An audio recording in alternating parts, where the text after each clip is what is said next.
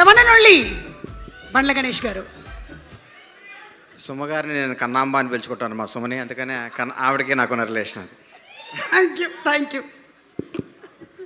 సంతోషం. గౌరవనీయులు పెద్దలు విజయేంద్ర ప్రసాద్ గారికి, నాకు అత్యంత ఆత్మీయులు వినయన్న, వినయన్న మాట్లాడమాక నా స్పీచ్ను, నాకు అత్యంత ఆత్మీయులు నా సొంత అన్న వి వినాయక్ గారికి, తమ్ముడు బాబీ గారికి, బోస్ గారికి, మా కోర్టు నిర్మాత నానిగారి సిస్టర్, మాకు కూడా నువ్వు సిస్టర్ గారమ్మ, నువ్వు మంచి మంచి హిట్లు తీయాలని మనస్ఫూర్తిగా కోరుకుంటున్నాను. అలాగే హీరోకి అందరికీ నా హృదయపూర్వక ధన్యవాదాలు.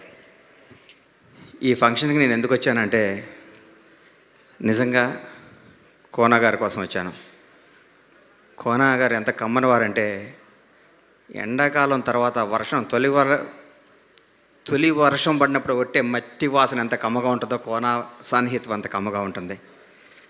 కోనా గారి గురించి ఒకసారి నాకు వినయాన్ని చెప్పాడు, కానీ ఇండస్ట్రీ మొత్తం ఒక పక్క నుండి కోనా ఒక్కడే నీ పక్క నుండి నువ్వు గెలిచేయచ్చు అన్నాడు. అది కోనా గారి పవర్. కోనా వెంకట్ అనేవాడు ఒకసారి మనిషిని నమ్మాడంటే ఎక్కడికైనా తీసుకెళ్తాడు. ఈ మధ్యకాలంలో ఒక వ్యక్తి దాదాపు 60 మంది డైరెక్టర్లని ఒక పెద్ద హీరోలను ఒప్పించి డైరెక్షన్ ఇప్పించడం అంటే నాట్ ఎ జోక్. హీరోలు 100 క్వశ్చన్స్ చేస్తారు, 200 సార్లు డౌట్లు పడతారు, ఎందుకంటే వాళ్ళకి హిట్ కావాలి కాబట్టి. వాళ్ళందరినీ ఒప్పించి వాళ్ళని మాయ చేసి ఈ కథ తినండి, ఈ బాబీ దగ్గర ఇది ఉంది, ఈ సినిమా చేస్తే సూపర్ హిట్ దాన్ని ఒప్పించి వాళ్ళని డైరెక్ట్ చేసి ఒక హరీష్ శంకర్, ఒక బాబీ, ఒక గోపి మల్లినేని, శివ నిర్వాణ, ఇట్లా మన ఇంకా ఎంతోమంది నాకు తెలియని పేర్లు చాలామంది ఎంతోమందికి డైరెక్ట్ చేసి ఒక మంచిని చేరవేసి ఒక సక్సెస్ని ముందుకు తీసుకెళ్ళటంలో కోనా వెంకట్ గారు ముందుంటాడు.